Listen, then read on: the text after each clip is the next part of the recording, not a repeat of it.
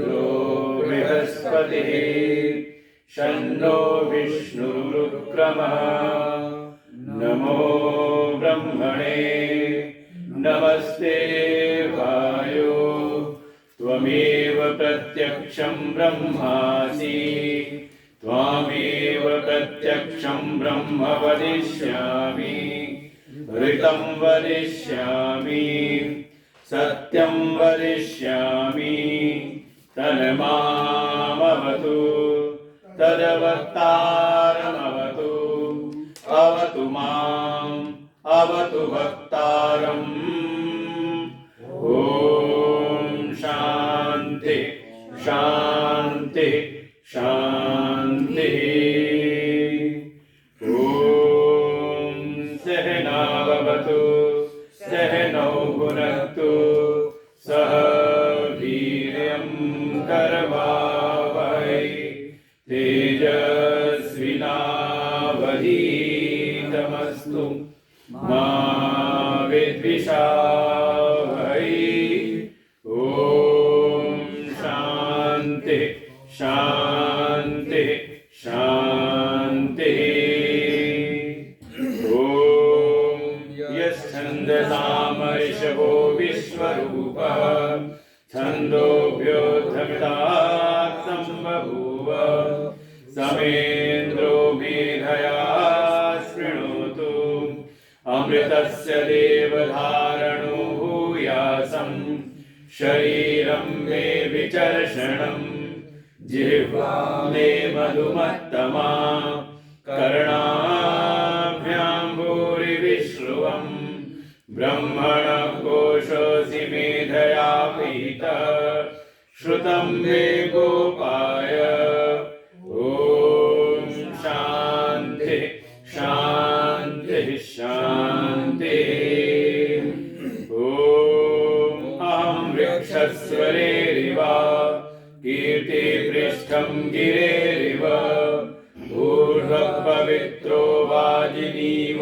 समितमस्मि द्रविणगुं सवर्चसं सुमेधा अमृतोक्षितः इति त्रिशङ्कोर्वेदानुवचनम् ॐ शान्ति शान्ति शान्तिः ॐ पूर्णमदः पूर्णमिदं पूर्णात् पूर्णमुदच्यते पूर्णस्य पूर्णमादाय पूर्णमेवावशिष्यते ॐ शान्ति शान्ति शान्तिः ॐ आप्यायन्तु माङ्गानि वाक्प्राणचक्षुश्रोत्रमथो बलमिन्द्रियाणि च सर्वाणि सर्वं ब्रह्मोपनिषदम् माहं ब्रह्म निराकुर्याम् मा ब्रह्म निराकरोत् अनिराकरणमस्त्वनिराकरणं मे अस्तु तदात्मनिर्तेय उपनिषत्सु धर्मा ते मयि सन्तु ॐ शान्ति शान्ति शान्तिः ॐ वाङ् मे मनसि प्रतिष्ठिता मनो मे वाचि प्रतिष्ठितम् आविर्मयेधि वेदस्य मणिस्थ श्रुतं मे मा प्रहासीरनेनाधीतेनाहोरात्रान् सन्दधाम्यऋतं वदिष्यामि सत्यं वदिष्यामि तन्मामवतु तद्वक्तारमवतु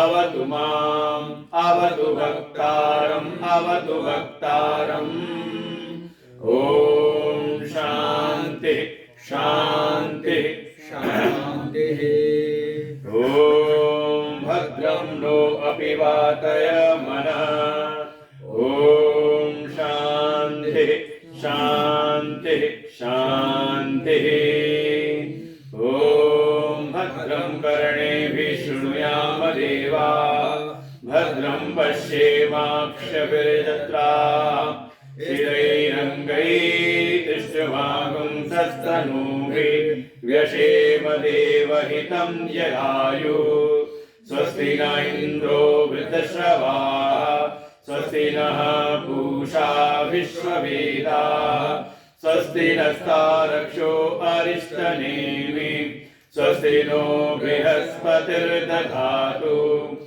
ॐ शान्तिः शान्तिः शान्तिः ॐ यो ब्रह्माणं विदधाति पूर्वं यो वै वेदांश्च प्रणोति तस्मै तं हदेवम् आत्मबुद्धिप्रकाशम् मुमुक्षुर्वै शरणमहं प्रपद्ये ॐ शान्तिः शान्तिः शान्तिः ॐ नमो ब्रह्मादिभ्यो ब्रह्मविद्या सम्प्रदायकर्तृभ्यो वंशऋषिभ्यो महद्भ्यो नमो गुरुभ्यः सर्वोप्लवरहित प्रज्ञानघन प्रत्यगर्तो ब्रह्मैवाहमस्मि ब्रह्मैवाहमस्मि ॐ नारायणं पद्मभवं वसिष्ठं शक्तिं च तत्पुत्रपराशरं च व्यासं शुकं गौडपदं महान्तं गोविन्दयोगीन्द्रमथास्य शिष्यं श्रीशङ्कराचार्यमथास्य पद्मपादं च हस्तामलकं च शिष्यं तं त्रोटकं वातिककारमन्या अस्मद्गुरुं सन्ततमानतोऽस्मि सर्ववेदान्त सिद्धान्त गोचरं तमगोचरं गोविन्दं परमानन्दं सद्गुरुं प्रणतोऽस्म्यहम्।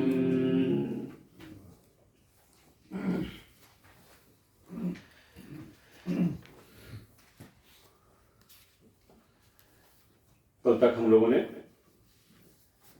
जो अनात्म पदार्थ हैं उसके अंतर्गत स्थूल शरीर, सूक्ष्म शरीर, सूक्ष्म शरीर के भी जो अंदर के घटक हैं इंद्रियां, प्राण, अंतःकरण, इन सब का हमने विस्तार से विवेचन हमने श्रवण किया, विचार किया।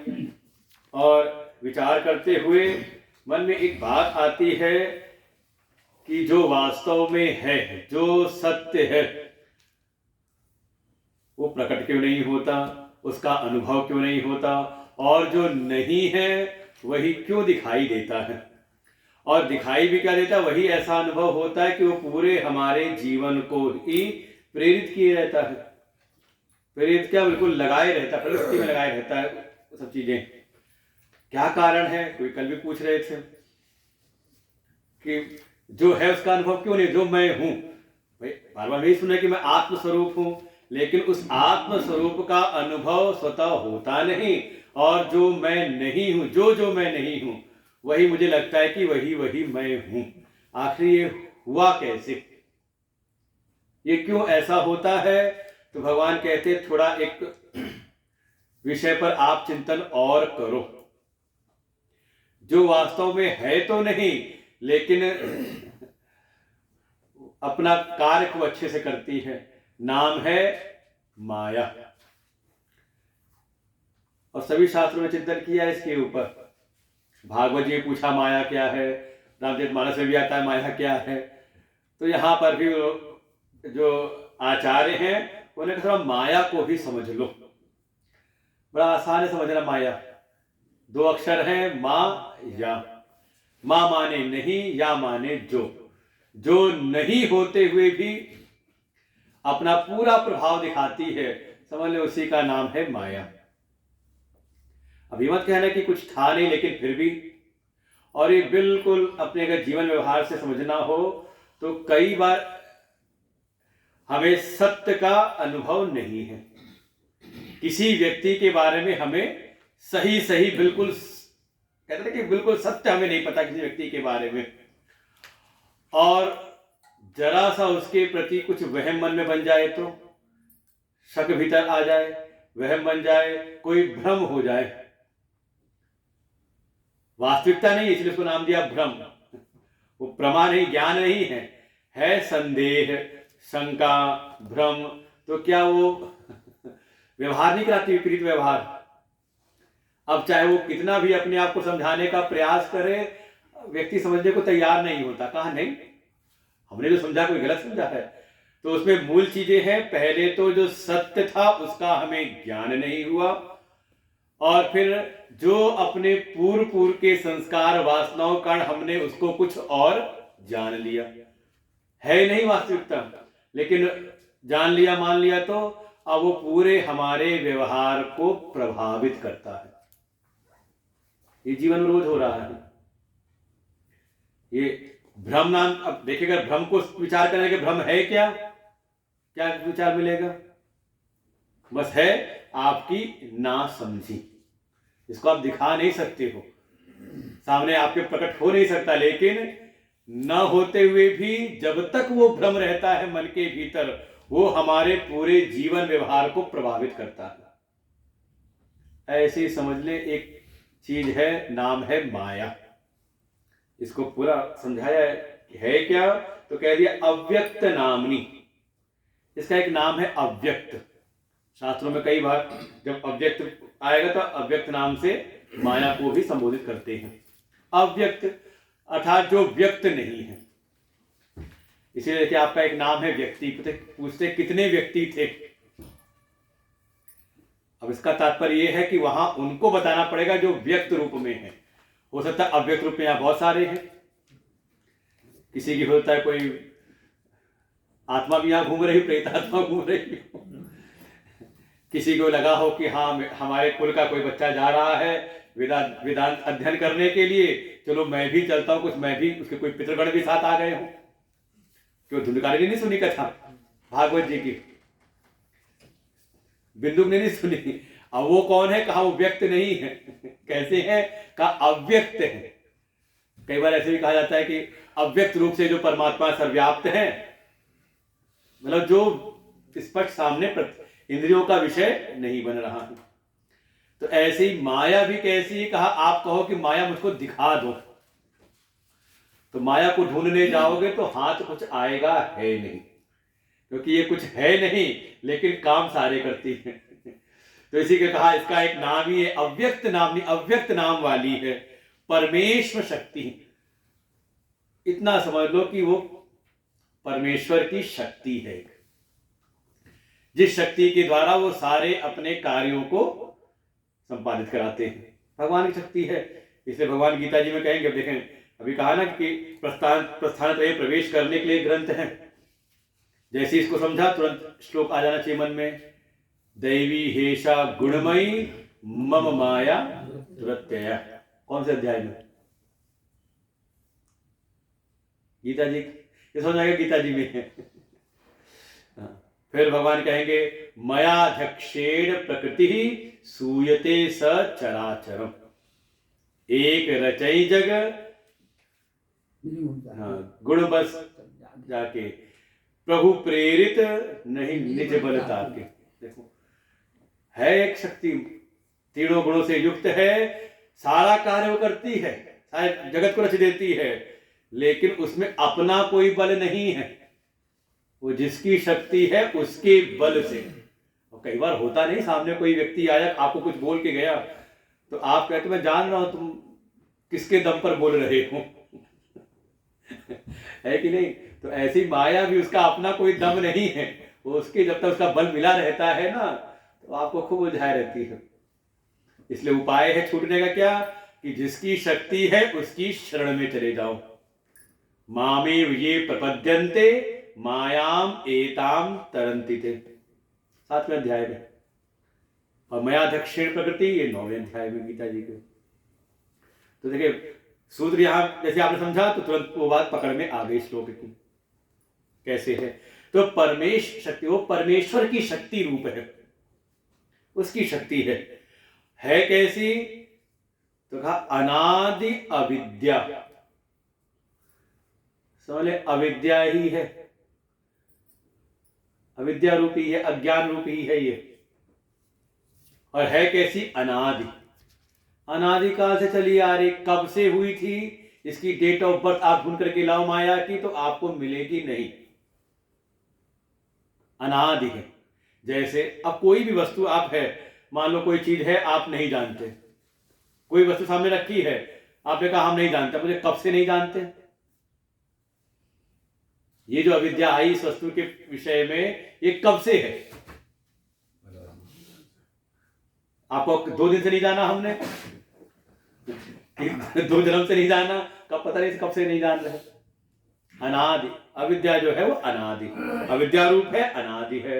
और त्रिगुणात्मिका पर, और ये समझ ले त्रिगुण वाली नहीं, त्रिगुण ही है, 3 गुण ही माया है। त्रिगुणात्मिका कहते हैं मतलब उसका ये स्वरूप ही समझ ले, तीनों गुण ही उसका स्वरूप है। जैसे वही कहा ना, दैवी हेषा गुणमयी, गुणमयी आ गया ना, एक रचई जग गुण बस जाके। देखिए सारे शास्त्र खुल जाते हैं। विवेक चूड़ामणि ऐसा है, इसको अगर आपने पूरा अध्ययन कर लिया तो आपको कोई भी शास्त्र खोलना मुश्किल नहीं है। मूल सारे सिद्धांत यहाँ पर सब रखे हुए हैं। अनादि अविद्या त्रिगुणात्मिका पराह, वो त्रिगुणात्मिका, त्रिगुण ही रूप है, सत्व रज तम, यही समझ ले माया है। तो पहचान कैसे है? तो अव्यक्त रूप। तो पहचान कैसे आती है? तो कहा कार्यानुमेय, ये 110वां श्लोक है, माया निरूपण हेडिंग पड़ी हुई है। कार्यानुमेया सुधैव माया, जो सुधी लोग हैं अर्थात जो बुद्ध जन हैं, जो विद्वान हैं, वो इसको जानते हैं। कैसे पहचानते हैं? कहा इसके कार्य के द्वारा।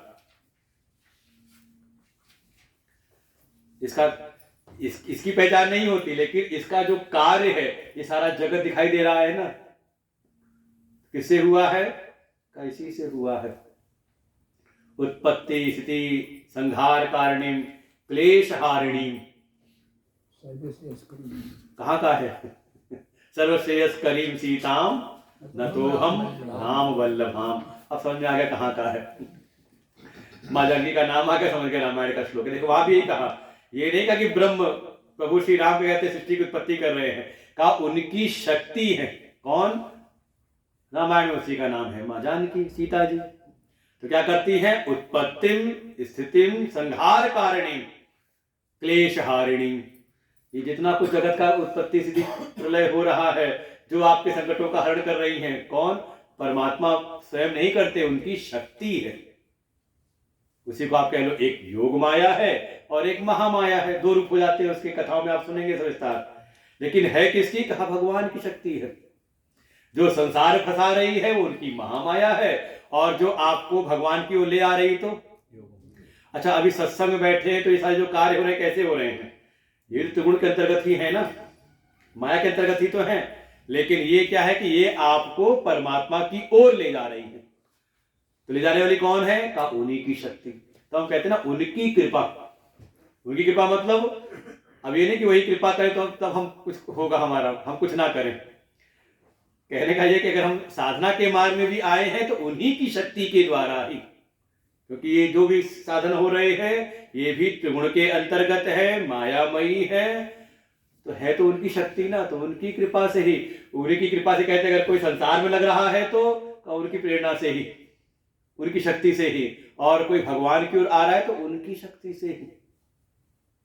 जो हम बार बार ये बात कहते हैं ना उनकी कृपा। अब कृपा का मतलब नहीं कि हम सोए पड़े रहे, उनकी कृपा होगी तो काम हो जाएगा। बच्चा पढ़ाई ना करे और नंबर खूब अच्छे आ जाए, उसके पास हो जाए, कभी ना पढ़ाओ तो फिर स्कूल बंद करने चाहिए। महात्मा लोग बोल देते हैं कई बार, कथावाचक लोग। महात्मा लोग जल्दी नहीं बोलते ऐसी चीजें। हाँ, कथावाचक जो आजकल के हैं भीड़ जुटाने के लिए ऐसी सी युक्ति बताते हैं कि आप कुछ मत करो, बहुत अच्छा उपाय हमें पता है परीक्षा में पास होने के लिए, बहुत आसान तरीका है। तो वो कहते हैं बेल का पत्ता लो, उसमें शहद लगाओ 3 पत्ते पे और जाके शिली को चिपका दो, नहीं पढ़ा होगा ना तो पास हो जाएगा। हमने सुना, हमने कही तो आसान है। अब वीरेंद्र जी का स्कूल, अब फिर कहते बंद कराओ, क्यों पढ़ा रहे हो हमारे यहाँ भेज दो है कि नहीं? ये सब क्या, सब समझ लो क्या है, सब मायामयी, माया के अंतर्गत ही है। कार्यानुमेय, उसके कार्य के द्वारा उसकी पहचान की जाती है। अगर जगत उत्पन्न हो रहा है, स्थित है और संहार इसका हो रहा है, कुछ भी कार्य हो रहा है, तो करने वाली कोई शक्ति होगी ना।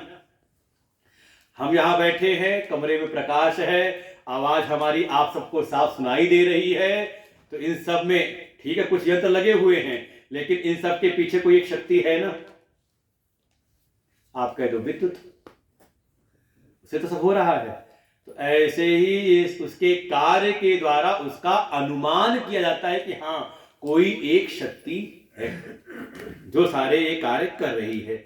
यया जगत सर्वमिदं प्रसूयते, अभी कहा था ना, मया दक्षिण प्रकृति सूयते स चराचरम, चर अचर को रचने वाली, वह कहते मेरी प्रकृति है, मेरी माया है, मेरी अध्यक्षता था, मेरे बल से वो सब रचती है। तो सिद्धांत ये यहाँ पे, जिसके द्वारा जगत सर्वम, सर्वम जगत, इदम सर्वम जगत, इदम, इदम से जो कुछ भी आपको दिखाई दे रहा है, आप समझ लें आपके स्थूल सूक्ष्म शरीर से लेकर के ब्रह्मलोक पर्यंत ये सब जगत है। जगत का मतलब नहीं कि बाहर जो आप देख रहे हो जगत है और ये क्या है शरीर जगत से अलग है, का ये भी जगत का ही हिस्सा है, क्योंकि पंच भौतिक है, त्रिगुणात्मक है। तो जो भी त्रिगुण के अंतर्गत है, पंच महाभूतों से बना हुआ है, चाहे वो सूक्ष्म पंच महाभूत हो चाहे स्थूल पंच महाभूत हो, सब किसके अंतर्गत है? कहा सब जगत के अंतर्गत है। उसकी डेफिनेशन दी, जायते गच्छति तिष्ठति इव, जो उत्पन्न होता दिखाई दे रहा है उसमें एक गति दिखाई दे रही है, गच्छति जा रहा चल रहा है और टिका हुआ है नहीं, लेकिन लगता है कि तिष्ठति रुका हुआ है, मतलब है नहीं, रुके हुए जैसा लगता है, उसी कहते जगत। तो सब जगत के अंतर्गत है, सब परिवर्तनशील है, सब बस बदल रहा है, सब त्रिगुण के अंतर्गत जो कुछ भी है। तो सारे जगत को यही प्रसूयते, इसको बिल्कुल सब उत्पन्न कर देती है, इसकी रचना कर डालती है कैसी? था विचार करें, माया कैसी। चलो ब्रह्म को छोड़ो, कठिन है, माया को जानने की कोशिश करें। किसी ने कहा है, तो कहा न सत, तो कहा सन न अपि असन, न अपि उभयात्मिका नो। किसी ने कहा तो कुछ हो, इतना सब काम करते कुछ तो होगी ना। कहा जो ढूंढने गए तो उसका अस्तित्व मिलता नहीं, क्योंकि वो उसको भी सत्ता अस्तित्व मिली हुई है उस ब्रह्म के द्वारा। ढूंढने जाओगे तो कुछ मिलेगा नहीं, है ही नहीं। तो कहा फिर नहीं होगी, ऐसे कह तो नहीं है। कहा नहीं, ऐसा भी नहीं कह सकते, वो जब तक रहती है ना तो अपना सारा प्रभाव दिखाती है। जैसे मैंने कहा ना, मान लो कोई भ्रम हो जाए, है रस्सी लेकिन समझ लिया सांप, तो भ्रम हुआ सांप का, तो क्या हुआ? आपको प्रवृत्ति निवृत्ति नहीं कराता वो। जब तक वो भ्रम है, जब तक आपकी बुद्धि में वो सर्प वृत्ति बनी हुई है, तब तक वो असर दिखा रहे कि नहीं दिखा रहे। तो आप ये मत कहो कि नहीं है, अरे नहीं तो दुखी क्यों हो रहे हो, भयभीत क्यों हो रहे हो? कहा जब तक है ना तब तक वो सारे अपने कार्य दिखाती है। तो कहे अच्छा उभय रूप कहते कि है भी नहीं भी, ऐसे कैसे कह सकते? नो उभयात्मिका, दोनों भी नहीं कह सकते। तो कहा फिर ये ब्रह्म के साथ कैसी भिन्न है, उससे अलग है या उससे एक है? भिन्न है, तो कहा नहीं भिन्न नहीं, अलग। अलग होते उसकी कोई सत्ता रहती नहीं। कहा अभिन्न है, उससे एक है। कहा उसके सामने देखें तो उसकी कोई माया कोई छाया भी काम करती हुई दिखाई देती है, उसमें कुछ है ही नहीं। वो आया ना चौपाई में, कहियत भिन्न न भिन्न, तो समझ ले सब वेदांती के सिद्धांत है वहां पर भी। और न उभयात्मिका, भिन्न भी नहीं अभिन्न भी नहीं, ऐसा भी नहीं कह सकते। तो अच्छा उसमें कुछ होगा ना, अंग होंगे ना, तो शरीर अव्यय होंगे, अवयव अंग होंगे। तो कहा ना अंग वाली है ना बिना अंगों वाली है, नो उभयात्मिका नो, दोनों भी नहीं। लेकिन है कैसी? ऐसी होते हुए भी सारे कार्य कर डालती है, ऐसा जीव को उलझाए रहती है, ऐसा भ्रमित किए रहती है कि कुछ इससे बच पाना। दैवी हेषा गुणमयी मम माया दुरत्या, बड़ी दुष्कर है, छूटना बड़ा मुश्किल है।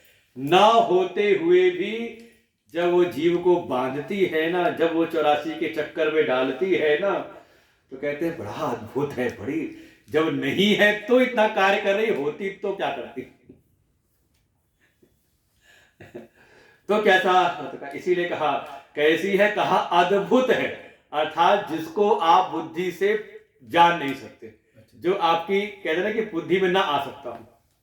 भाई कोई चीज बुद्धि की आपकी जैसी संस्कार, जैसी आपके भीतर जानकारियां थी, उसकी अनुरूप दिखाई दिया, तो जैसी आप कहते हमारी सोच से परे था, सोच के अंतर्गत है, तो आप कहते ठीक है, सामान्य है।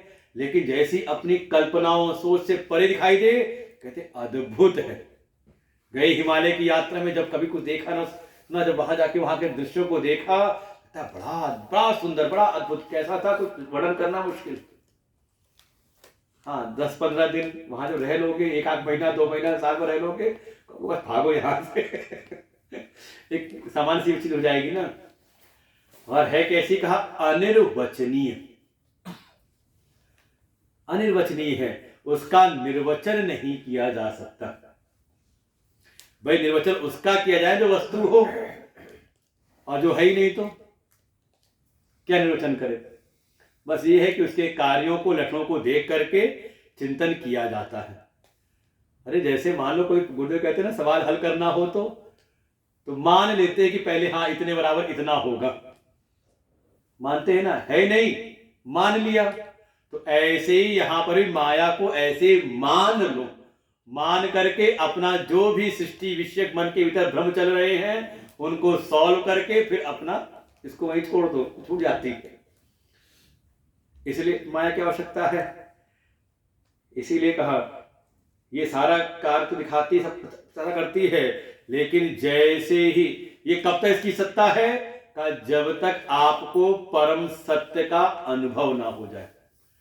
भाई जो सांप का जो भ्रम था, कब तक वो आपको पीड़ित करता है, कब तक डराता है, जब तक आपको रज्जु अधिष्ठान का बोध ना हो जाए।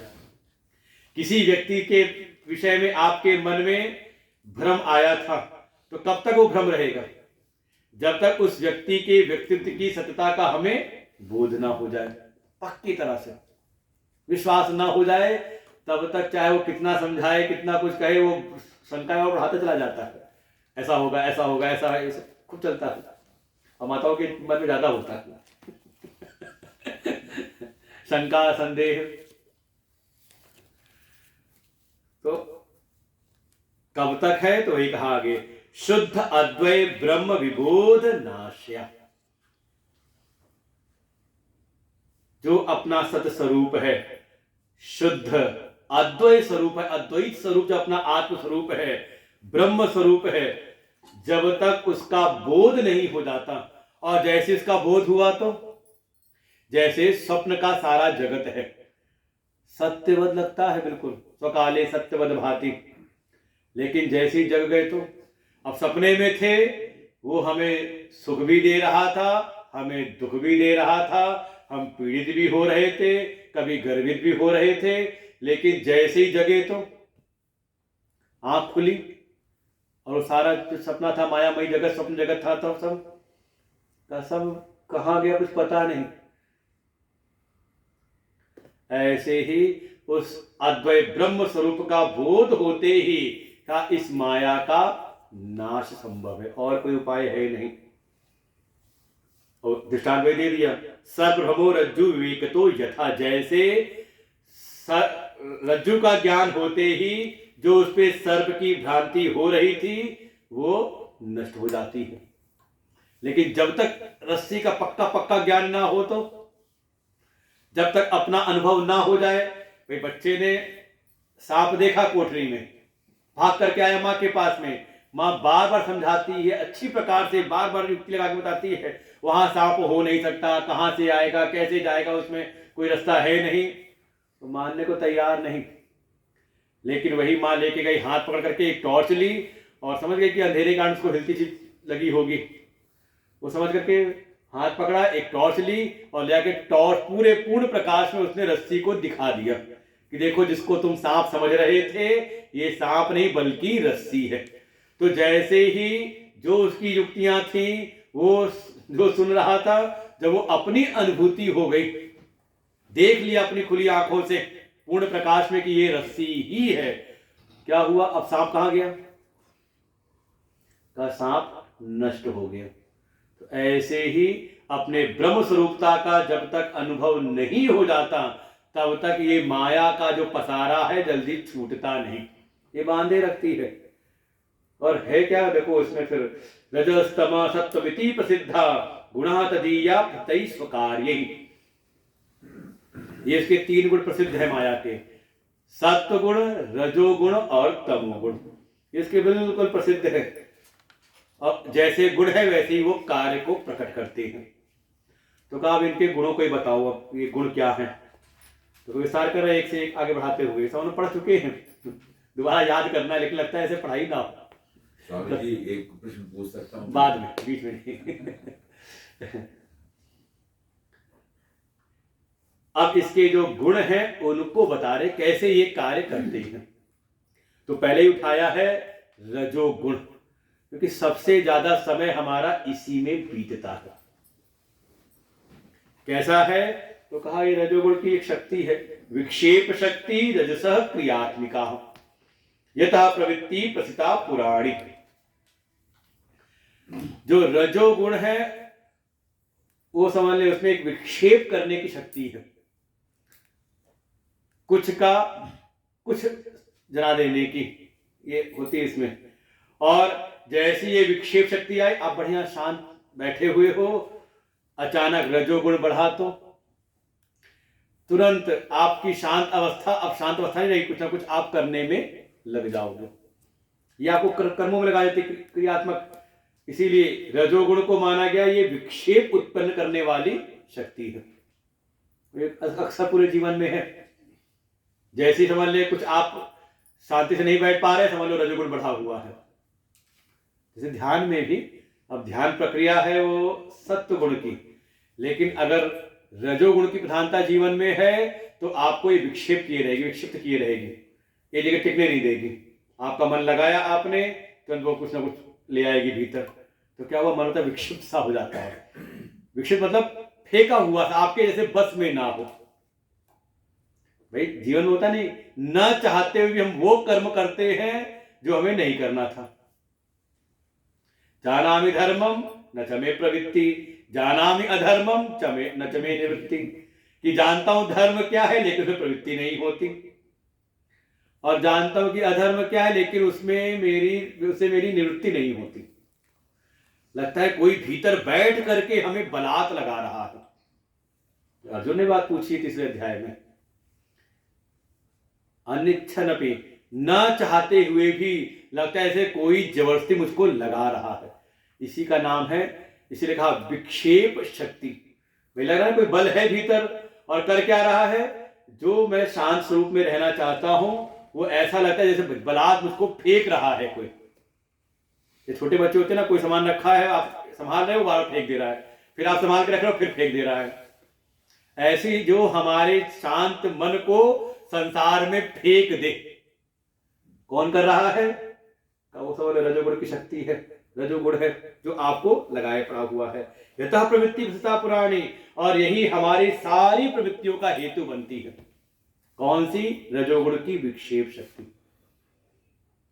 अच्छा, सत्संग बैठे मन लग रहा है, अचानक हुआ उठ के चले गए, क्या हुआ? कुछ ज्यादा आई ना, रजोगुण बढ़ा तो आपको उठा करके ले गए वहां पर। एक चीज और भी है, मतलब ध्यान करते थे तो बाहर निकाली, एक सुला भी देती हूँ, अभी आगे बताएंगे क्यों। तो और फिर इसके ही फिर कुछ धर्म प्रकट होते हैं, राग आदय।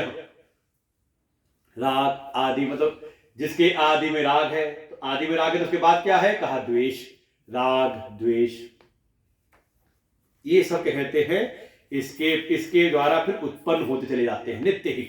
कोई आप किसी में आप आसक्त होगे और किसी से आप अलग हटोगे, किसी से आपका राग होगा, किसी से आपका द्वेष। ये रजोगुण का धर्म है। कोई बहुत अच्छा लगेगा, मनो का ये हमेशा बना रहे, और कोई इतना खराब लगेगा मनो को निकाल के बाहर करो। और ये चलता रहता है अंदर। ये संस्थानों को चलाने वाले सब जानते होंगे, इसका अनुभव को करते होंगे, मनोजों को अच्छा अनुभव होगा। जो टकराहट हो रही कहीं किसी के बीच में क्यों हो रही है? केवल भीतर जो राग और द्वेष, किसी कारण से किसी से राग बना लिया तो मनवा इसको हम बचा के रखें, और किसी के साथ द्वेष हो गया किसी से, तो अब चाहे कितना भी समझाया जाए, कितनी भी बात की जाए, लेकिन वो टकराहट बनी रहती है। तो मूल क्या है? भीतर जो राग और द्वेष, ये रगड़ के द्वारा होती हैं।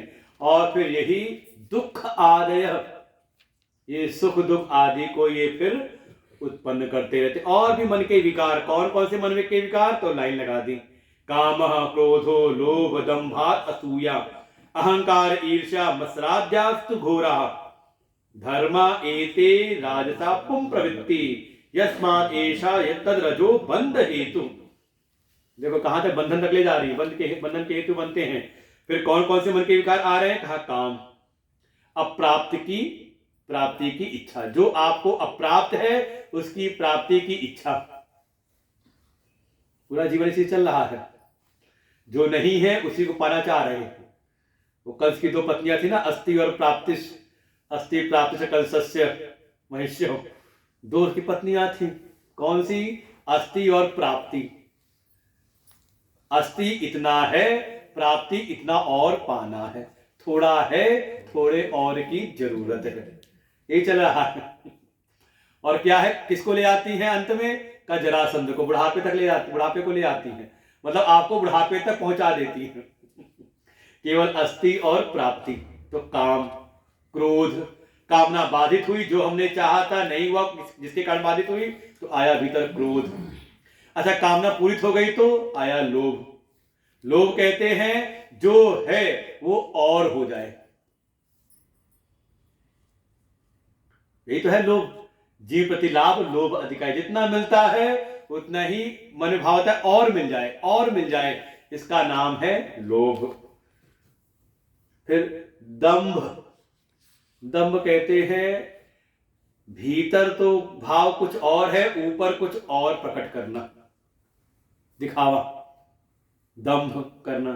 भीतर अच्छा भाव नहीं, लेकिन बाहर बहुत अच्छे बन करके करना, इसे छल कपट चाहे से होता है। तो दंभ, अहंकार, दंभ का मतलब अभी अभी अभी अभी अभी आएगा आराम से। फिर आया असूया, इसे कहते हैं असूया माने कहीं पे भी जाए, कितनी भी अच्छी व्यवस्था हो, कोई ना कोई दोष ढूंढ ले। वह हजार अच्छाइयां हैं, वो नहीं दिखती। क्या दिखती है? ये ठीक नहीं किया, ये अच्छा नहीं किया, ये काम इनका बढ़िया नहीं था। क्या हुआ? असूया। इसका उल्टा क्या होगा? कहा अनसूया। अब देखो, अत्रि की पत्नी है अनसूया। अनसूया माने कहा लाखों दोषों की संभावना हो, लेकिन उसमें कोई ना कोई गुण देख ले, तब ऐसा ये गुण हो तो वो तीनों देवताओं को भी अपना पुत्र बना सकता है, छोटा बना सकता है। भगवान 9वें अध्याय में कहते हैं ये गुण होगा तो ये राजविद्या भीतर बैठेगी। हे अर्जुन, तुझको सुना रहा हूं, क्योंकि तू अनसूया बुद्धि वाला है। पहला ही श्लोक है, बहुत बड़ा गुण है। लेकिन अनुसूया नाम के असूया है, तो कहा ये रजोगुण के कारण, रजोगुण बढ़ता है। हाँ, फिर जो बात चले इतना क्या होना? अहंकार आ गया। अहंकार भी हर में, सब चीजों में अपना कर्तृत्व की प्रधानता, मैं करने वाला हूं, अपने भीतर अहम करता, सबके द्वारा अपना जोड़ देना, अहंकार। फिर देखो अलग हो गया ना अहंकार और दंभ। दंभ क्या है? अंदर वो भाव नहीं है, लेकिन बाहर वो प्रदर्शित कर रही है। एक कहते हैं ना बकासुर, वो दंभ का प्रतीक है, जिसको भगवान ने मारा। बगुला भगत। अच्छा, आपको बगुला भगत कहे तो प्रसन्न हो गए? आइए आइए, आज हमारे बीच में बगुला भगत आए हुए हैं, इनको मंच में बुलाया जाता है। तो चौंक जाएंगे, कौन है ये बगुला भगत? तो क्या है बगुला भगत कहने के बाद? बगुले का क्या सब अंदर वो नहीं है शांति, लेकिन बाहर वो शांति दिखा रहा है।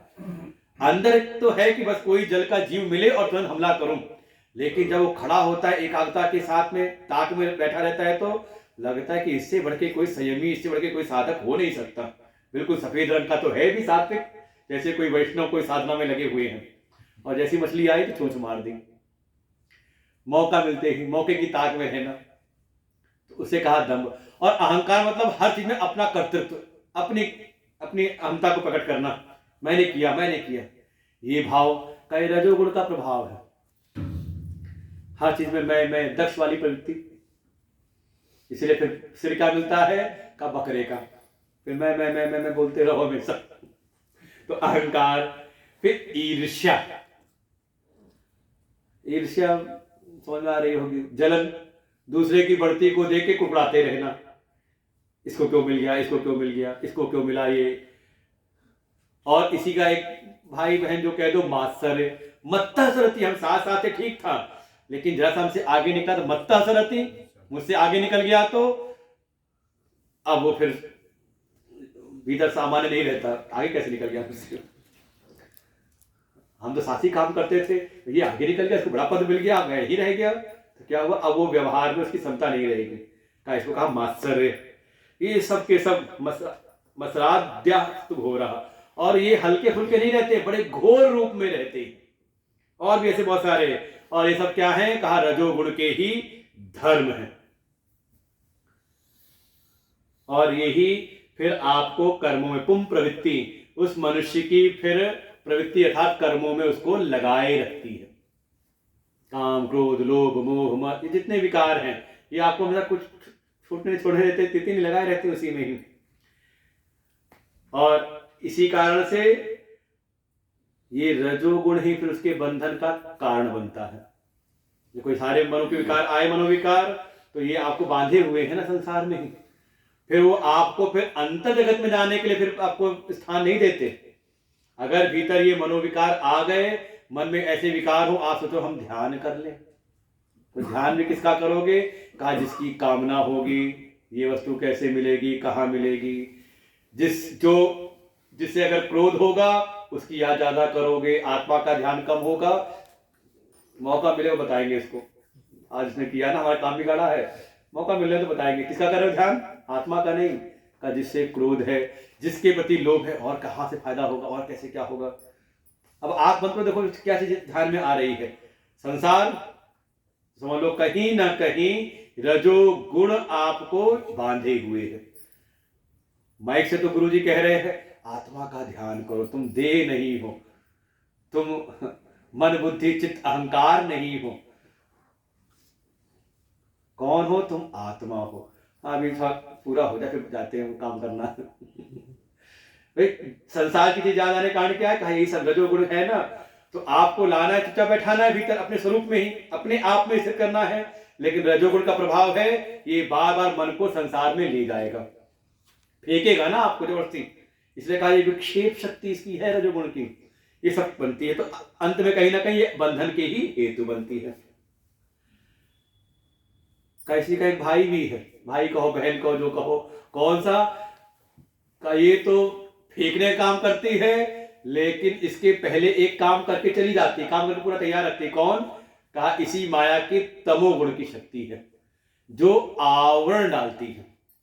भाई हुआ तो यही ना कि पहले जो सत्य वस्तु थी वो ढक गई, उस पर आवरण बड़ा पड़ा अज्ञान का, हमने उसको नहीं जाना, और तब तो आप कुछ और जाना ना आपने, तो ये ढकने वाला काम ये जो करती है इसको कहते हैं तमोगुण। एषा आवृत्ति नाम तमोगुणस्य शक्ति यया वस्तु अवभासते अन्यथा। तमोगुण की एक शक्ति है जिसको कहते हैं आवरण शक्ति। शक्ति समझ ले इसको, क्योंकि वो कहीं ना कहीं कर रही है ना, डाल रही है ना, जो सत्य के ऊपर पर्दा डाल दे, ढक दे उसको, उसका ज्ञान न होने दे। तो ऐसा जो आवरण डालने वाली जो शक्ति है वो तमोगुण से उत्पन्न होती, तमोगुण की शक्ति है आवरण शक्ति। शक्ति यया, जिस यया शक्ति कहा जिस शक्ति के द्वारा वस्तु अवभासते अन्यथा। तो काफी समझ में आ रहा होगा संस्कृत में, जिसके कारण जो वस्तु जैसी थी वैसा उसका ज्ञान नहीं हुआ, बल्कि वो अन्यथा कुछ और हमें जानने में आने लगे। था तो मैं आत्मस्वरूप, लेकिन आत्मा के ऊपर एक आवरण पड़ा तमोगुण का, और फिर उस आत्मा को हमने शुद्ध आत्मा न जान करके उसको हमने जीवात्मा समझ लिया, उसको हमने देहात्मा समझ लिया। ये तो जीवन में हो रहा है भाई। था तो हिरन, लेकिन आवरण पड़ा ना सोने का हिरन, ढका ना उसने। ऐसा है तो कुछ और, है तो रावण राक्षस, लेकिन लगा कैसे महात्मा है कुछ भी। ऐसे ही समझ ले, ये है तमोगुण की आवरण शक्ति। सैषा निदानम पुरुषस्य संस्थिते विक्षेप शक्ति प्रसरस्य हेतु। जो भी कहा था ना कि इसी के कारण भाई कुछ जो वस्तु थी उससे अन्यथा वो प्रतीत होने लगी, उस पर एक आवरण पड़ गया, अन्यथा कुछ और प्रतीत होने लगी, और फिर यही उस मनुष्य के संसरण का पुरुषस्य संस्कृति, उस मनुष्य के संसरण माने एक परिस्थिति से दूसरी परिस्थिति में, दूसरी से तीसरी परिस्थिति में, ऐसी का समझ लें जन्म से मृत्यु, मृत्यु से जन्म, जन्म से मृत्यु का उसके जन्म मृत्यु के संसरण में उसको लगा देती है। और ये आवरण शक्ति ही वो जो पहले वाला था ना रजोगुण की विक्षेप शक्ति, उसको उत्पन्न करती है। भाई कोई जो व्यक्ति या कोई वस्तु थी उसके सत्य को हमने नहीं जाना, अर्थात उसके अज्ञान का पड़ा उस पर आवरण, और फिर तुरंत प्रकट हुई रजोगुण की विक्षेप शक्ति उसको कुछ का और कुछ और उसको समझा दिया, और फिर आपको उसके प्रति जो भी प्रवृत्ति निवृत्ति करनी है वो सब करवाने लगे। तो तमोगुण हो गई मेन अंदर कारण में, तमोगुण ने आवरण डाला और रजोगुण की विक्षेप शक्ति ने उसको आपके मन को लगा दिया संसार में, और फिर आपका संसार में लगाए रहती है। और ये तमोगुण की शक्ति कितनी प्रबल है, ये ना समझना कि जो सड़क पे पड़ा हुआ है दुनिया में प्रचा पसा है वही इसके प्रभाव में आ रहा है। ये इतनी प्रबल है कि अच्छे अच्छे विद्वानों को भी, आप कल्पना नहीं कर सकते। लिखा आगे, प्रज्ञावान अपि पंडितोपि, जो प्रज्ञावान है इनको भी मोह लेती है। बड़े जो शास्त्रों के ज्ञाता हैं, बड़े विद्वान हैं, बड़े पांडित्य को प्राप्त कर रखा है, पंडितोपि चतुरोपि, कोई बहुत चतुर है ना तर्क वितर्क करने में, तो उसको ही फंसाती है ये। और तो और अत्यंत सूक्ष्मार्थ दृक, जो सूक्ष्म से सूक्ष्म विषय का भी बड़ा अच्छा विवेचन कर सकते हैं, उसको भी जानने वाले हैं। कहा ये तमोगुण आ जाए ना तो उसकी बुद्धि को भी हर लेती है। अब क्या रावण विद्वान नहीं था, लेकिन था तो आसुरी जीवन का, पांडित्य भी था, प्रज्ञा सब कुछ था, लेकिन तमोगुण का असर कि ऋषि कुल में आकर के भी प्रवृत्ति हो गई राक्षसी। संभव है, इसलिए बहुत सजगता। ये सब कहने का तात्पर्य यह है कि इस ज्ञान के मार्ग में अत्यंत ही सजगता की आवश्यकता है। सोते सोते पड़े पड़े नहीं होने वाला कि हम अरे हो जाएगा, भगवान की कृपा होगी तो हो जाएगा। अरे भगवान की कृपा है कि आपको सत्संग मिल रहा है, कोई संत यहाँ पर आपको मिल जा रहे हैं, बताने वाले मिल जा रहे हैं, आयोजन कराने वाले आपको मिल जा रहे हैं, लेकिन करना तो पड़ेगा, सजग तो होना पड़ेगा। ऐसी है व्यालीढ़ तमसा नवेत्ति बहुधा संबोधितोपि स्फुटम। अच्छी प्रकार स्पष्ट समझाए जाने पर भी कहा ये जो तमोगुण का प्रभाव है ये घेरे रहता है, बुद्धि को तैयारी नहीं होने देता, लक्ष्य करने देता ही नहीं। और तो और भ्रांत्यारोपितमेव साधु कलयति आलंबते त्रिगुणान, जो सत्य वस्तु है उसका तो अनुभव कराती ही नहीं, जो अध्यारोपित है उसी में लगाए रहती है। चाहे गुरुजी कितना भी कहते रहे तुम आत्मा हो, तुम ब्रह्म हो, वो स्वीकार नहीं करते, लेकिन मैं देह हूं। फिर याद आती है घटना लखनऊ के आश्रम की, गुरुजी ने सत्संग सुनाया, स्वाध्याय कराया, चले गए सत्संग के बाहर, सत्संग मोहन के बाहर जाने लगे, तब तक पीछे लड़ाई शुरू हो गई दो भक्तों में। वो आवाज जब ज्यादा हुई तो गुरुजी वापस लौट आए, क्या हुआ? तो दो जो लड़ रहे थे उसमें एक ने कहा गुरुजी से मुझको गधा कह दिया, इसे मुझको मूर्ख कह दिया। गुरुजी ने सर माथे को हाथ से पीटा, कहा धन्य, इतने सालों से मैं समझा रहा हूं, मैं कह रहा हूं तुम आत्मा हो, तुम ब्रह्म हो, आज तक मेरी बात नहीं मानी। इसने कहा तुम गधे हो, मान लिया। अरे हम खुद यही काम कर रहे हैं, जिसने जो कहा मान के बैठे हुए हैं। ये ध्यान नहीं रहता कि मैं आत्मा हूं, मैं ब्रह्म हूं। परसों अग्रवाल से ही बात तो चर्चा हुई, कह रहे होता है नहीं। हमने कहा होने की कोशिश क्यों कर रहे हो, वो तो आप हो। आज ऐसा विचार करो मैं ब्रह्म हूं। ब्रह्म बनना नहीं है, आत्मा होना नहीं है, वो तो मैं हूं। बस जो नहीं है उसको किनारे करते रहो बस। अभी कहीं ना कहीं मन में होता है कि हाँ मैं ब्रह्म हो जाऊं, आत्मा हो। अरे जो मैं हूं तो कहां से हो जाऊं? वो तो मैं हूं। लेकिन ये तमोगुण का जो है ये जल्दी होने नहीं देता, उसमें बैठने नहीं देता। हंता, किसी का बड़ा आश्चर्य, हंता सो प्रबला द्रुंतमसः शक्तिर्महत्य आवृत्ति। इसलिए बड़ा आश्चर्य, बड़ा क्या कहा जाए, ये बड़ी प्रबल है ये तमोगुण की आवरण शक्ति। ये ऐसा बुद्धि को ढक लेती है कि बार बार समझा, कोई महात्मा नहीं समझाता कि तुम पुरुष हो, तुम मनुष्य हो, तुम ये करो, तुम वो करो, लेकिन करते जा रहे हैं। वो बार बार समझा रहा है मैं आप आत्मा हो, ब्रह्म हो, उसका अनुभव करो, जो मैं हूं। भाई जो आपको कुछ पाना हो कहीं बाहर, उसकी बात बताई जाए तो आपको प्रयास करना पड़ेगा, ज्यादा मेहनत करनी पड़ेगी। लेकिन जो मैं हूं, मेरा अपना स्वरूप है, वहां तक लौटने में कितनी देर है, कितना प्रयास है। बस जो नहीं है उसका त्याग कर दो। कितना आसान है, जो मैं हूं सो हूं, यहां पर बैठा हुआ। लेकिन ये तमोगुण की जो आवरण शक्ति ना ऐसा ढके रहती है ना, इसीलिए कहा इसको हटाने के लिए प्रबल श्रद्धा चाहिए। भवानी शंकरो वंदे श्रद्धा विश्वास रूपिणो, याभ्याम बिना न पश्यन्ति सिद्धा स्वांतस्थमीश्वरम।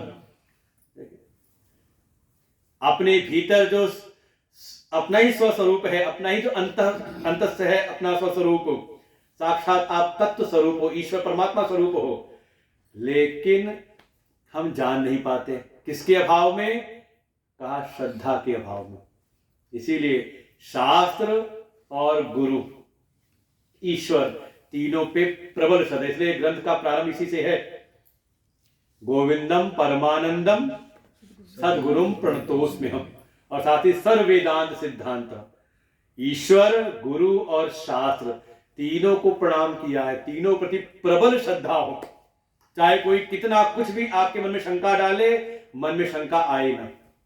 जैसे भाई जानकी जी हैं, उनके साथ छल भी हुआ एक महात्मा के रूप में, लेकिन अंतिम अवस्था में जब आश्रय लेना था तो एक ऋषि के आश्रम में ही उन्होंने आश्रय लिया।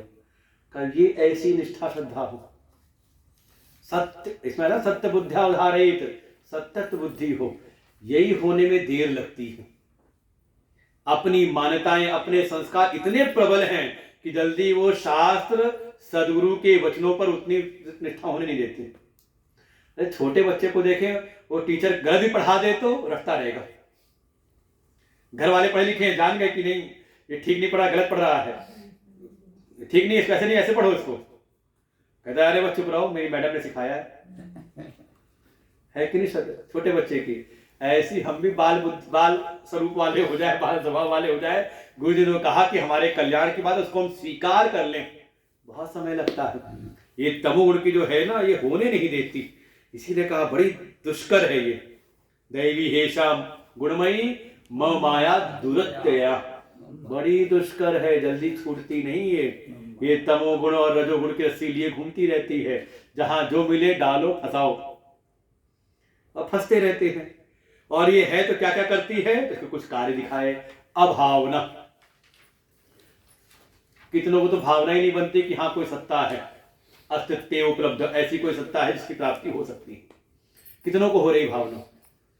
सत्संग जो खूब सुन रहे हैं उनको भी नहीं है ईश्वर के प्रति कोई बहुत बड़ी दृढ़ भावना। अभावना, पूरा जीवन उनका उसी में चला जाता है। फिर किसी की बनी तो विपरीत भावना है, कुछ समझ कुछ और लिया। ईश्वर के अनेक रूप समझ लेते हैं, ईश्वर क्या है, कैसे है, अपनी जो धारणाएं व्हाट्सएप फेसबुक से सुन करके, जो सत्य नहीं है, किसी ने कुछ बता दिया, मान लिया, और लगे झंडा उठाए लड़ने झगड़ने दूसरे के साथ। ये कौन सा ईश्वर है, ऐसा वैसा उसकी करने लग गए, ऐसी की तैसी करने लग गए उसकी। क्या कहा? विपरीत भावना। और कई बार देख करके लगता है उसी रामचरितमानस में सैकड़ों चौपाइयां है जिसमें सदाचार का वर्णन है, जिसमें आत्मकल्याण का वर्णन है, सद्गुणों का वर्णन है। वो नहीं दिखाई देती, वो नहीं पढ़ते। कौन से पढ़ेंगे? एक वही चौपाई पढ़ेंगे जिससे आप समाज में विवाद उत्पन्न कर सकें। और ये भी इसका परिप्रेक्ष्य भी देखें, किस परिप्रेक्ष्य में बोली गई, किसके द्वारा कही गई, कब कही, क्यों कही। वो नहीं मतलब ये क्यों कह दिया, ये क्यों लिख दिया। अरे मूर्खानंद, कदम देखो तो एक नाटक है तो नाटक में पात्र की महिमा होती है। कौन सा डायलॉग किसके द्वारा बोला गया है, किसी संत ने कहा, किसी ऋषि ने कहा, भगवान ने कहा, तो वो स्वीकार्य है। और वही कोई रावण, कोई दुष्ट, कोई जो खुद कह रहा हो कि मैं जड़ बुद्धि वाला हूं, अनल समीर अनल जलधरनी, गगन समीर अनल जलधरनी, इनके सबकी सब जड़ प्रवृत्ति होती है। मैं भी जड़ ही हूं। जो खुद कह रहा है कि मैं जड़ हूं, मूर्ख हूं, उसने कोई बात कह दी, आप पकड़ के बैठ गए। तो मूर्ख की बात जो पढ़ के बैठे, कौन होगा वो? का महामूर्ख होगा। यही तो है। लेकिन है क्या ये तमोगुण है? तो वो 10 अच्छी चीजें हैं, वो स्वीकार करने को तैयार नहीं करता मन को। जो कहीं कुछ और गलत है उसको पकड़ लेगा तुरंत, अपने मतलब की चीज पकड़ लेगा, जिसको उसको लौकिक फायदा को सामाजिक फायदा मिल जाए। तो विपरीत भावना कुछ का कुछ समझ लेती है। फिर असंभावना, ऊपर घीचे में नीचे भी विपरीत भावना, असंभावना, इसे डंडी लगी हुई है, ऊपर चला गया है। असंभावना है ही नहीं, हो ही नहीं सकता। कौन सा ईश्वर, कौन से परमात्मा, कौन सी आत्मा, किसने देखा, किसने जाना? अरे उन मूर्खों से कहो, क्या जो चीज दिखता है वही सत्य होता है क्या? ऐसी बहुत सारी चीजें दिख रही लेकिन सत्य नहीं है।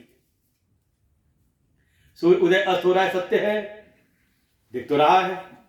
पृथ्वी चपटी है, दिख रही है तो चपटी है, कहाँ है? उन दूसरे वालों के लिए उनके चपटी है, उनके लिए, क्योंकि उतनी उनकी बुद्धि है ही नहीं उतनी उनके पास में कि शोध कर सके सब चीजों का। असंभव मानते, ऐसी कोई चीज है ही नहीं। असंभावना रूपी दोष मानने कोई तैयार ना हो। और तो और विप्रतिपत्ति अस्याह, ये और बड़ी समस्या है। ये होता है कभी लगता है कि हाँ भगवान है, नहीं भगवान नहीं है, नहीं है। कहा संशय वाली स्थिति कि है, कभी लगता है, कभी लगता है नहीं है। वो डाउन होते रहते हैं। किसके कारण है? संसर्ग युक्तम का उस तमो गुण की शक्ति से उसका संसर्ग होता है तो ये सारी चीजें उत्पन्न होती। पहले तो कहो अभावना हो जाए, उसकी भावना ही ना बने, हो भी तो उल्टी भावना बना ले, कुछ का कुछ समझ ले। या फिर हो सकता है कि असंभावना रूपी दोष आ जाए कि है ही नहीं, हो ही नहीं सकता। अच्छा देखो, साधना में नहीं होता, कई बार बोलते रहते हमसे कहाँ हो पाएगा। क्या हुआ? ये असंभावना रूपी दोष। क्यों नहीं होगा भाई? ये जो शास्त्र लिखे किसके लिए लिखे? गधे के लिए लिखे हुए हैं, पशु पक्षी के लिए लिखे हुए हैं, मनुष्य के लिए लिखे हैं। तो मैं तो मनुष्य हूं, तो मेरे लिए नहीं हो सकता ये। बिल्कुल, ये कभी नहीं लिखा है कि हमसे कहाँ हो पाएगा। हम तो बिल्कुल हमारे लिए लिखा है, तो हमसे हमारे लिए ही है। किसी से हो चाहे ना हो, तो बिल्कुल असंभावना नहीं, बिल्कुल संभव है। और है, कभी नहीं है, होगा, नहीं हो पाएगा, ये संशय में नहीं, बिल्कुल। ये किसके कारण है? कहा तमोगुण के कारण। किनारे करो। और हो जाए तो ना कुंचती, कहा वो कभी इस बंधन से मुक्त नहीं हो सकता। वो बार बार विक्षेप शक्ति को उत्पन्न करेगा, उसको फिर उठाता गिराता पड़ाता रहेगा, पतन कराता रहेगा। इसलिए सब मार्ग तो है तमोगुण के ही। और कुछ स्पष्ट लक्षण दिखते हैं तमोगुण के। अज्ञान, स्पष्ट ज्ञान, समझ ना बनना, किसी भी चीज के विषय में सही समझ ना होना, अज्ञान। आलस्य, ठीक है कर लेंगे आराम से, अभी क्या करती है, ये तो बहुत जीवन है। जड़त्व, जड़ता आ जाना। फिर निद्रा, सोने में ही लगे रहना। प्रमाद, मौके पर बात याद ही ना आना, मौके पर काम याद ही ना आना। मूढ़त्व, मूढ़ता, तमोगुण, तमोगुण, ये तमोगुण के स्पष्ट लक्षण यहां दिखाई देते हैं। मतलब कोई कर्म में भी लगे हैं तो बस ये भाव कि काम हो जाए, कर्म करने में लगे, कुछ सीखते नहीं उससे। और कई बार हम लोग को खूब अच्छे से अनुभव होता है, एक ही काम को 4 बार बताओ, उसके बाद भी लगता है कि अगर हमने नहीं बताया तो करेगा नहीं। अपनी बुद्धि नहीं होती कि अपने आप स्वप्रेरित हो जाए, या जो हमने किया है तो करते उसे कुछ सीख लें। नहीं, बिल्कुल बस काम पूरा करना है, ये हम लोग को दिखाई देता है। तब कल ही हमने डाटा, आज सुबह सुबह निकलते निकलते हैं वो स्वाहा स्वाहा स्वाहा, क्या धुआं निकल रहा है और स्वाहा स्वाहा किए जा रहे हैं। तो हमने कहा तुम इतने दिन हो गए तुम्हें हवन करते हो, तुम्हें जब ठीक से प्रक्रिया नहीं पता तो दूसरों को क्या सिखाओगे समाज में। क्या है, वो काम करने के लिए काम कर रहे हैं, सीखने के लिए नहीं। क्या है, इसको कहते हैं तमो, ये भी तमोगुण है। ऐसा नहीं कि वो दिन भर मेहनत कर रहा है, मजदूरी कर रहा है तो वो तमोगुण में नहीं, रजोगुण में है। अगर उसकी प्रवृत्ति केवल काम करने में इसलिए है कि काम करना है इसलिए कर रहा है तो तमोगुण में है। रजोगुण वाला कभी कभी सीख लेता है, बुद्धि जगी है थोड़ी सी इसकी। लेकिन तमोगुण का क्या, ऐसा एक पर्दा पड़ा होता है कि बार बार वही काम करने में बार बार उसको बताना पड़ता है, सिखाना, हर बार सिखाना पड़ता है। समझ लें क्या है, कहा तमोगुण की प्रधानता है। बड़ा मुश्किल से निकाल पाना, निकलते नहीं। एतै प्रयुक्तो नहीं वेत्ति किंचित निद्रालुस्तंभवत् एव तिष्ठति। ऐसे व्यक्ति कितना समझाया जाए, समझता नहीं, बिल्कुल कैसे रहता है जैसे कोई खंबा हो। अब खंबे पे आप सब पीटते रहो, समझाते रहो, क्या कितना समझेगा खंबा। बस यही है कि उठा के किधर कर दो, उठा के किधर कर दो तो हो जाएगा। अपने आप को इससे प्रवृत्ति नहीं होती, स्वप्रेरित नहीं होता, कुछ सीखता नहीं अपने अनुभवों से, बस करता चला जा रहा है, जीवन बिता रहा। क्या है, कहा तमोगुण का कार्य है ये सारे ये सब। इसलिए है कि ये नहीं कि दूसरों में देखना शुरू कर दो कि हाँ ये तमोगुण में है, ये रजोगुण में है। इसका तात्पर्य बताने का ये है कि आप ध्यान में बैठो और ये सब चीजें आए तो तुरंत याद आए ये मेरे तमोगुण है। ये ध्यान करते करते नींद आ रही है, झपकी आ रही, गर्दन झुक रही है, तो तमोगुण का प्रधानता है, कम करना है स्वयं का ध्यान। फिर ज्यादा मन इधर भाग रहा है, जाता है तो क्या है, रजोगुण की प्रधानता है। तो सदगुण कैसा होगा तो कल बताएंगे, आज नहीं, आज टाइम हो गया। 15 मिनट ध्यान। वो नींद आए तो वो तमोगुण तो हटाए कैसे नींद को? रजोगुण में आ जाए ना तो ओम का जाप कराते, क्यों कराते हमें पता है कि अब मन तमोगुण में जा रहा है तो उसको किसी क्रिया में लगाएं, क्रमशः आगे बढ़ते हैं। तमोगुण से रजोगुण में, रजोगुण से सत्वगुण में, सीधे नहीं जाएगा सत्वगुण में। तो उस समय मंत्र का जाप, कहते हैं मानसिक जप करो, मन को सोने मत दो, उसको चलाओ। तो बच्चा पढ़ते पढ़ते सो रहा है, क्या करते, खड़े हो जाओ, सब तय करके आ जाओ, जाओ खेल करके आ जाओ। और तुम्हें खेलते ही रहे तो खेलने के लिए नहीं लगाया उसको, तमोगुण को दूर करने के लिए। नींद आ रही है अगर लगे तो मन के तरफ उसको क्रिया में लगा दें, जो सो रहा है उसको क्रिया में लगा दें, मानसिक जप करें। इधर भी जो ओम कल कराया था ना, ओम ओम ओम, बहुत लंबा नहीं, छोटा छोटा कराया कि जिससे कि आपका मन उस क्रिया में लग जाए और स्वरूप का चिंतन करते हुए अपने उसमें से हो जाए। उसे कहते हैं लय अवस्था मन की। उस लय अवस्था से बचना है तो मंत्र का जाप। विक्षेप आ रहा है तो कहा किसी श्रेष्ठ का चिंतन, ध्यान, ये सब आज के लिए आपके ध्यान। चलिए कमर गर्दन सिर एक सीध में करके बैठ जाएं।